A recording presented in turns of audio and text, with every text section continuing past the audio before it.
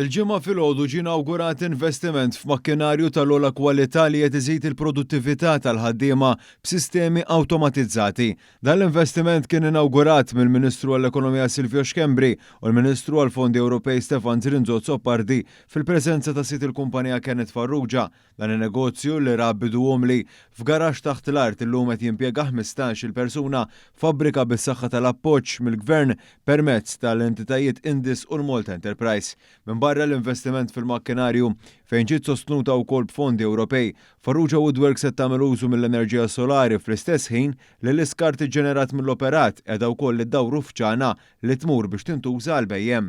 Tal-investiment huwa allinjat b'mod sħiħ mal-Viżjoni Malta 2050 kif jippromovi produttività akbar, soluzzjonijiet li huma ambjentalment sostenibbli u ekonomija ċirkolari. Sejt il-kumpanija wera l-apprezzament sa fejn waslet din il-ħolma tiegħu waqt li jenfasizza il-ħsieb li jkompli investi fil-ġejjin f'ekonomija li qed tkompli tikber b'mod b'saħħtu. Nixtiequ nkunu investu f'teknoloġija, f'softwares biex iktar nkunu kompetittivi. Is-suċċess tagħna wasal fejn wasal bid-tbatija u issa qed naraw it-gawdija għax qegħdin f'dil fabrika grazzi għal Malta Enterprise, grazzi għall Indis u nixtiequ nieqfu għaddejjin f'dan l-operat u nieqfu ninvestu.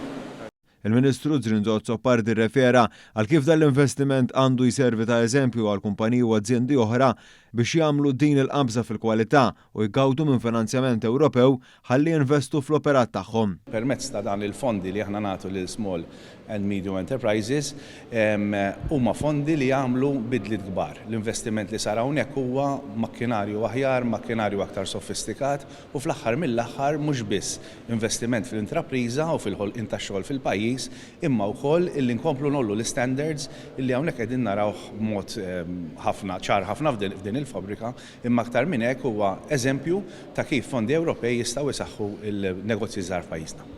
Min-naħa tiegħu il-Ministru Xkembri għaqqad l-eżempju ta' dan l-investiment mal-proposti tal-Partit Laburista fil-manifest tiegħu Int Malta b'mod partikolari favur in-negozji żgħar u medji li huma s-sinsla tal-ekonomija lokali. Qegħdin naraw li l-manifest Int Malta għax in-negozji żgħar u medji ħafna mill-investiment tagħhom midħul tagħhom jerġgħu jinvestu qed ngħidulu li t-taxxa dik li ngħidula corporate tax minn 35% ħatinżel 25% ħalli terġa' tinvesti f'pajjiżek. Qed ngħidu anke self-employed li ħannaqsulhom it-taxxa tal-boll ngħid tagħhom b'4 xhur kreditu lura.